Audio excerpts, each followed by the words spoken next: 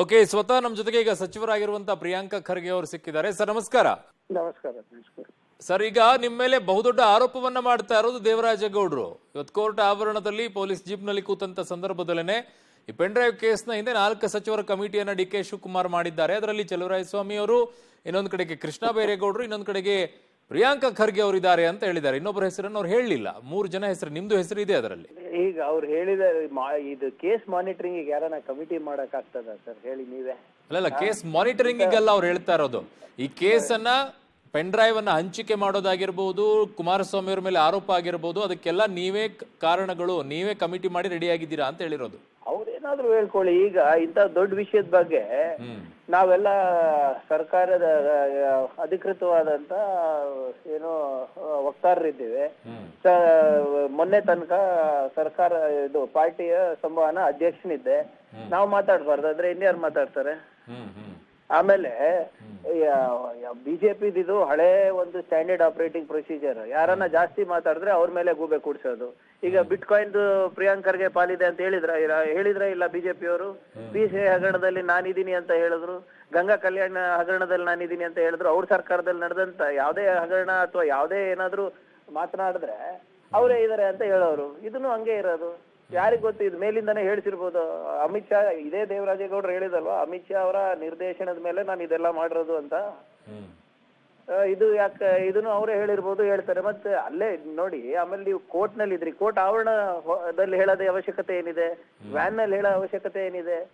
ಬರ್ದ್ಬಿಟ್ಟು ಎಲ್ಲಾ ದಾಖಲೆಗಳು ಕೊಡಿ. ನೀವು ಲಾಯರೇ ಇದ್ದೀರಲ್ವಾ, ನೀವು ಯಾರೋ ಒಬ್ರು, ನಿಮ್ಗೆ ಕಾನೂನಿನ ಅರಿವು ಸಂಪೂರ್ಣವಾಗಿದೆ. ಕೊಡಿ ದಾಖಲೆಗಳು ಕೊಡಿ. ಯಾವ್ದು 164 ಏನಲ್ಲಿ ಸ್ಟೇಟ್ಮೆಂಟ್ ಕೊಡ್ತೀರಾ, ಏನ್ ಕೊಡ್ತೀರಾ, ಎಲ್ಲಾ ದಾಖಲೆಗಳು ಸಮೇತ ಕೊಡಿ. ಮಾನಿಟರಿಂಗ್ ಕಮಿಟಿ ಯಾರು, ಮಾನಿಟರಿಂಗ್ ಕಮಿಟಿ ಚೇರ್ಮನ್ ಯಾರು? ಏನ್ ನಮ್ಗೇನ್ ಬೇರೆ ಕೆಲಸ ಇಲ್ವಾ ಸರ್? ಸಚಿವರಾಗಿ 3-4 ಜನ ಭೀಕರವಾದಂತ ಬರ ಬಂದಿದೆ. ನಮಗೆ ಈ ಎಲೆಕ್ಷನ್ ಕಮಿಷನ್ ಅವ್ರಿಗೆ ದಿನ ಪತ್ರ ಬರಿತಾ ಇದೀವಿ, ನಮ್ಗೆ ಅವಕಾಶ ಮಾಡಿಕೊಡಿ ಮೀಟಿಂಗ್ಗಳು ಮಾಡ್ಲಿಕ್ಕೆ ಅಂತ.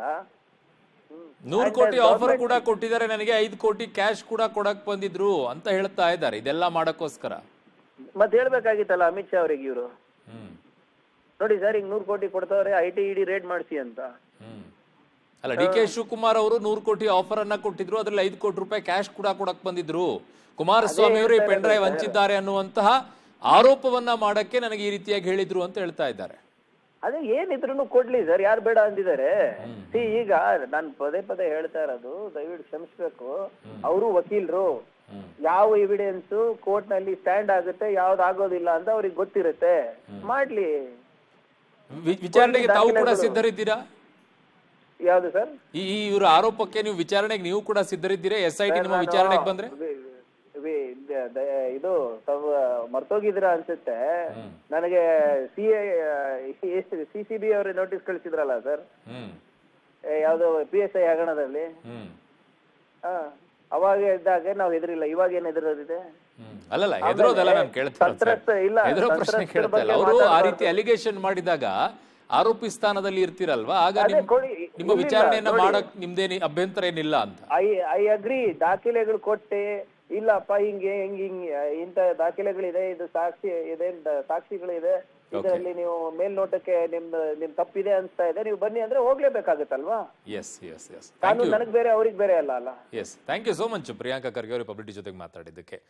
ಸೊ ಇದು ಸಚಿವರ ಮೇಲೆಯೂ ಕೂಡ ಆರೋಪವನ್ನ ದೇವರಾಜೇಗೌಡರು ಮಾಡಿದ್ದಾರೆ. ಬಟ್ ಅವರು ನಿರಾಕರಿಸ್ತಾರೆ. ಇದನ್ನ ದಾಖಲೆಗಳನ್ನ ಕೊಡ್ಲಿ, ದಾಖಲೆಗಳನ್ನ ಕೊಟ್ಟ ಮೇಲೆ ನಂದು ಏನಾದ್ರು ಇದೆ ಅನ್ನುವಂಥದ್ದು ಆದ್ರಲ್ಲ, ನನ್ನ ಕರೀಲಿ, ವಿಚಾರಣೆಗೆ ಹೋಗ್ತೀನಿ ಅನ್ನುವಂಥ ಮಾತನ್ನ ಪ್ರಿಯಾಂಕಾ ಖರ್ಗೆ ಅವರು ಹೇಳ್ತಾ ಇದ್ದಾರೆ. ಪೆನ್ ಡ್ರೈವ್ ಹಂಚಲು 4 ಸಚಿವರ ಕಮಿಟಿಯನ್ನ DK ಶಿವಕುಮಾರ್ ಮಾಡಿದ್ರು ಅನ್ನೋದು ದೇವರಾಜೇಗೌಡರ ಆರೋಪ. ಪ್ರಿಯಾಂಕಾ ಖರ್ಗೆ ಅವರು ಅದನ್ನ ಅಲ್ಲಗಳೆದಿದ್ದಾರೆ. ಪಬ್ಲಿಕ್ ಟಿವಿಗೆ ಪ್ರಿಯಾಂಕಾ ಖರ್ಗೆ ಅವರ ಮೊದಲ ಪ್ರತಿಕ್ರಿಯೆಯನ್ನ ನೀಡಿದ್ದಾರೆ.